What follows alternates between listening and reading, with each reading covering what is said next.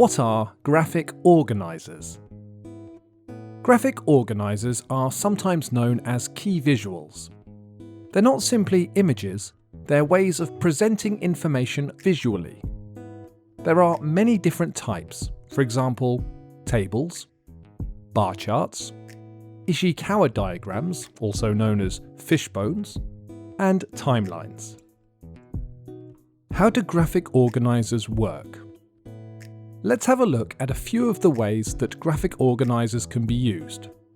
Flowcharts and timelines can be used to provide scaffolding for learners to tell stories, recount events, or describe processes. Flowcharts make it easier by breaking up a longer process into shorter elements, thus allowing learners to focus on language used within. Similarly, providing a scaffold, such as the timeline we can see here for telling or writing a story, allows learners to focus on the sequence of events in them.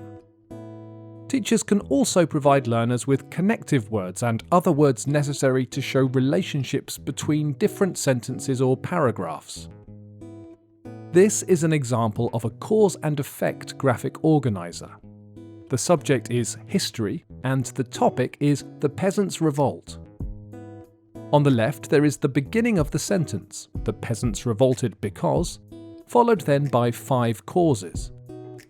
These causes lead to 3 consequences or outcomes. Teachers can enrich graphic organisers for the benefit of learners using EAL. For instance, verbs to be used in the cause boxes can be provided in their base form, say, hate, be, introduce, try, and then sentences with gaps in them, taken directly from the text used in the lesson, can also be provided. Learners now need to change the verbs to their past tense forms. For the consequences, we can provide sentences with gaps. Learners have to choose from a list of verbs in their base forms, put, set, and be, and put them in the correct past forms into the sentences. Why use graphic organisers? Graphic organisers provide a means whereby learners can organise their ideas before going to express their thoughts in speech or writing. They can provide learners who use EAL with curriculum content in an accessible format and support academic language. Because they scaffold learning, they keep the cognitive challenge of a task high while keeping the language accessible, increasing the potential of successful learning in the classroom. What are our tips for using graphic organisers? When selecting what type of graphic organiser to use, it's important to think about the language function you'd like the learner to practice. For example, if the task requires the language of comparison, a Venn diagram might be appropriate. If the target language is sequencing, a flow diagram would be more effective.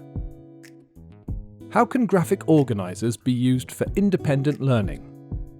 If learners do not have access to a physical classroom, there are a number of websites and graphic organizer tools that can be used for learning.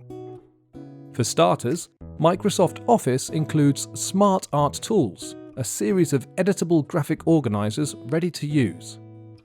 Teachers could select an organizer for their learners to complete, or a learner could determine which of the Smart Art graphic organisers is most suitable for the type of text they're working with. Searching for graphic organisers on Google or Bing will return a number of printable blank graphic organisers ready to use in lessons. One useful website is graphicorganizer.net, which allows a teacher to create graphic organizer worksheets and save them as PDF files.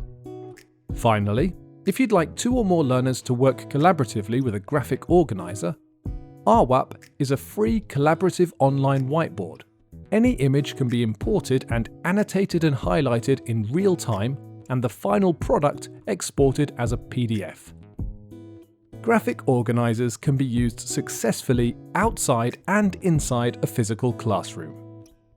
Thank you for watching. Please click subscribe to be notified of future videos.